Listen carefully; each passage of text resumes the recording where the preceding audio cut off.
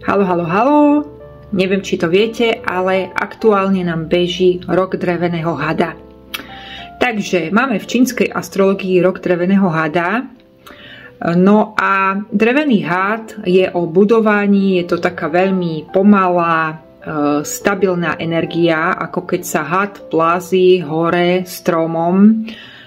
A skrátka súvisí to s prvou čakrou, súvisí to s organizáciou života, súvisí to s tým, ako vlastne je usporiadaná hmota, náš hmotný život, áno, financie, ako si vieme zorganizovať život, ako si vieme naplánovať prácu. Toto všetko vlastne nás učí had.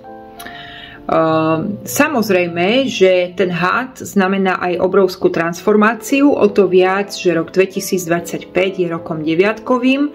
To znamená, že tá deviatka ako keby svojím spôsobom niečo ukončuje. Je to najväčší energetický level a po nej ide znovu jednotka. Ano, rok 2026, keď si spočítate, tak to je vlastne ako keby desiatka, ale tá sa delí na jednotku. No a takže vlastne ako ľudstvo my ukončujeme aj staré vzorce, ktoré tu sú v hmote, a práve preto ľudia v tomto období prežívajú veľmi veľa prelomových momentov, pretože hlavne v tých vzťahoch sa to ukazuje. Začalo sa to už vlastne v korone vírusovej, vlastne kedy sa to všetko ukázalo a ľudia sa ako keby veľmi rozpolarizovali na dve skupinky. Táto polarizácia vlastne sa neskončila, pretože prišli do toho iné témy a toto vlastne všetko pokračuje.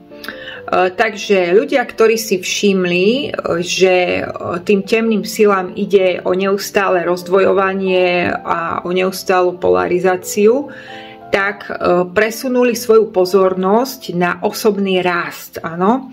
To znamená, v akom stave je moje telo, čo potrebujem zmeniť v rámci svojich návykov, ako môžem ja ako človek zlepšiť svoj život. Niektorí ľudia však ešte stále toto nepochopili a ešte stále prilievajú do tejto polarizácie a do tohto rozdvojenia.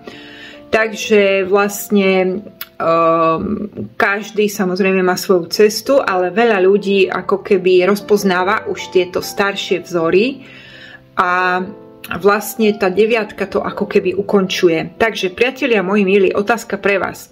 Čo ste vybudovali v tomto roku, pretože had je o budovaní, čo sa vám podarilo vyvstávať, čo sa vám podarilo ako keby zvedomiť si a aké staré vzorce a návyky sa vám podarilo prekliknúť, pretože had súvisí aj s telom, je to veľmi taká telesná energia, všetko spojené s prvou čakrou, had znamená zem, áno.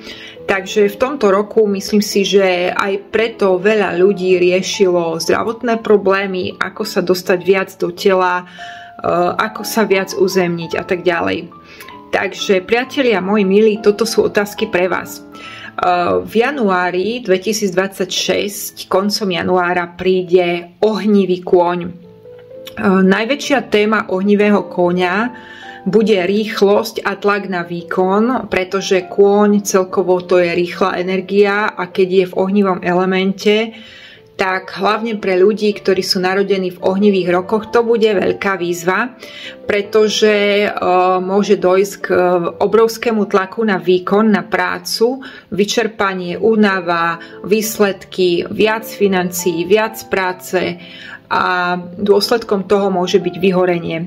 Takže vlastne už ukončujeme ako keby tú hadiu perspektívu, ale ešte stále vlastne sme v tom hadovi. A had je veľmi aj transformačný, pretože had dokáže zvliesť svoju kožu.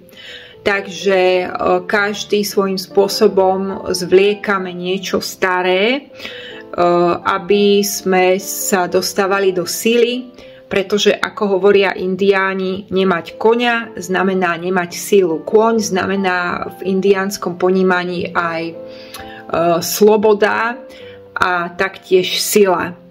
Takže toľko dnes, takéto okienko a otázky pre vás. Majte sa zatiaľ krásne.